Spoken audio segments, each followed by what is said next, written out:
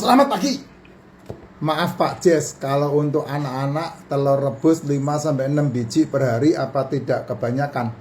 Sebab ada yang bahas kebanyakan protein juga bahaya buat kesehatan. Kami yang awam ini terumbang-ambing pendapat di luar sana. Wajar. Terumbang-ambing wajar. Tada. Lebih bagus mana? Anakmu makan 5-10 telur rebus atau 5-10 gelas es teh manis? Lebih bagus mana anakmu makan 5-10 telur rebus ketimbang anakmu satu hari makan 3 es krim?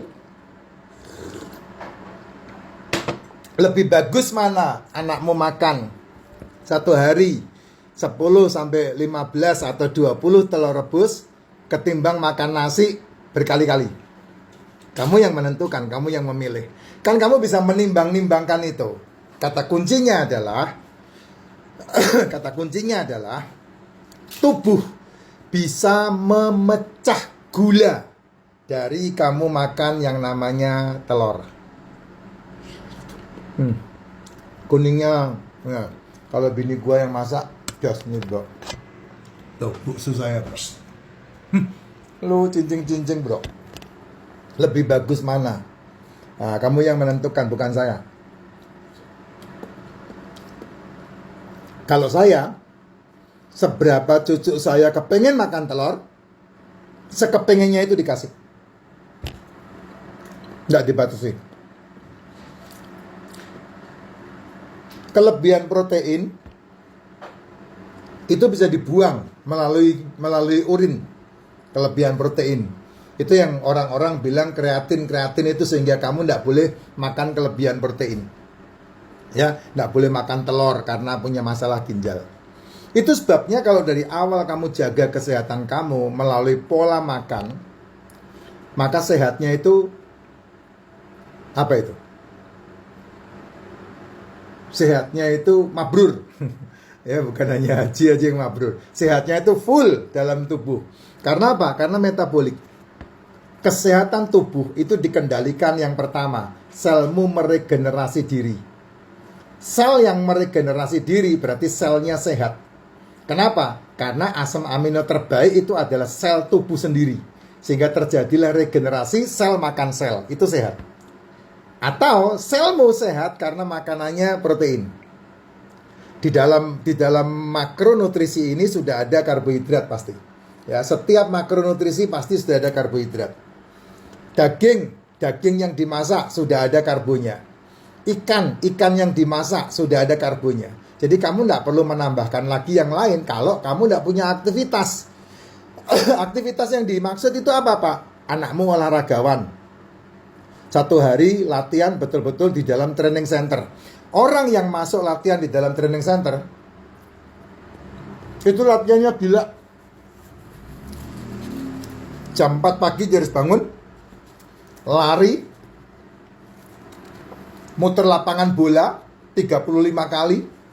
Saya pelaku, makanya saya bisa cerita.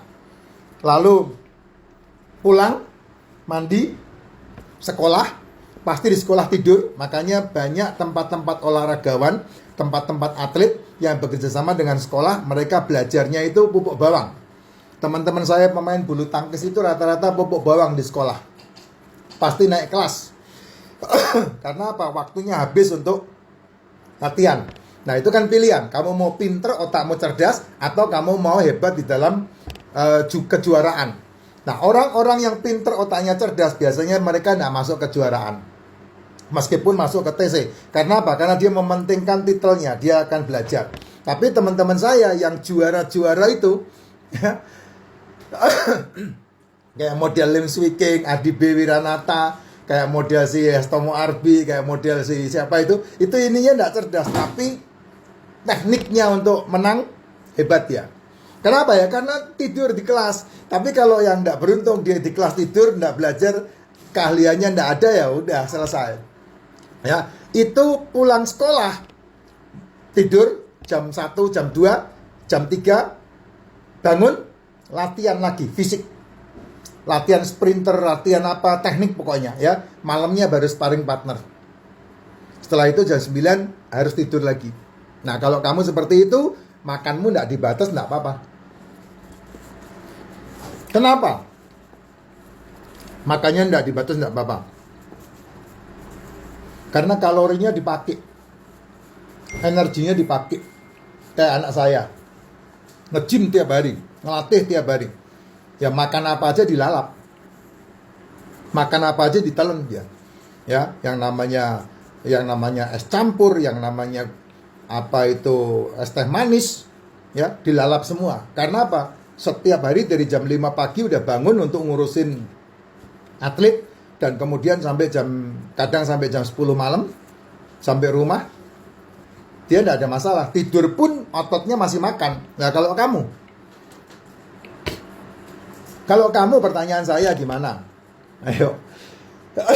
Mager tiap hari, yang gerak cuma jempol sama jari, kemana-mana naik gojek, nggak pernah angkat beban, nggak pernah olahraga, ya gimana kamu mau apa aja kamu mau makan? Nggak bisa Pak. Jadi jangan disamakan, harus ada perhitungan sendiri untuk dikerjakan.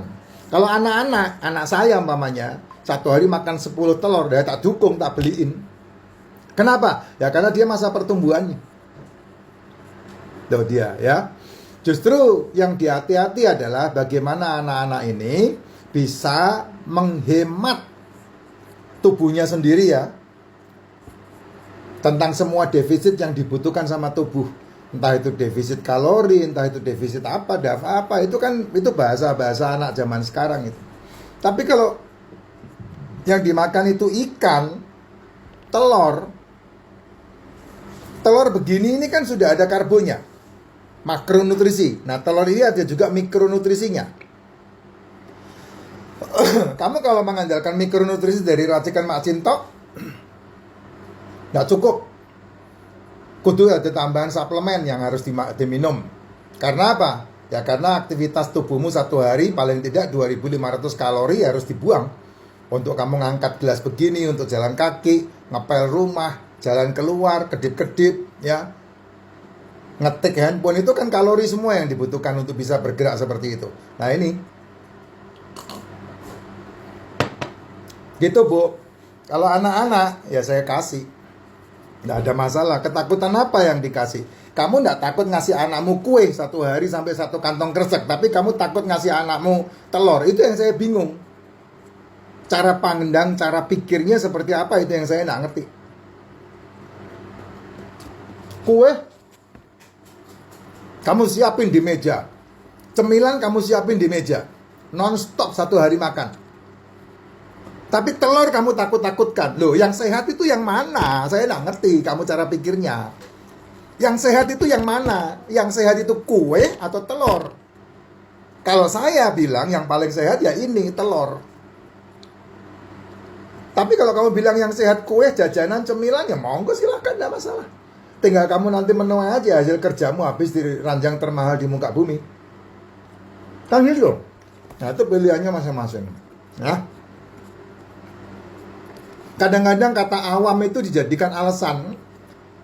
Kita ini bodoh kalau kita mengakui kita ini awam. Kenapa kamu tidak belajar? Eranya keterbukaan. Kamu download ChatGPT, kamu tanya sama GPT aja dijawab lengkap. Nggak pernah dimarahin pula. Kalau sama saya kan dimarah-marahin. Kalau kamu tanya sama GPT menjawab dengan lembut dan tidak pernah marah. Bahkan selesai dia mengulas, dia akan bilang, ada lagi yang mau kamu tanyakan? Atau kamu mau saya buatkan tabel? Nah itu GPT itu kayak gitu. Kamu konsultasi sama dokter, kalau nggak bayar, nggak dikasih kamu. Tapi kalau konsultasi sama GPT dijawab lengkap, lebih lengkap daripada dokter jawab, lebih lengkap daripada saya jawab. Nah. Tanya aja sama GPT, telur sama kue sehat mana gitu. Itu nggak ditanyakan juga harusnya kita udah tahu ya. Gitu Jess ya. Nah itu dia jawaban sendiri lah ya.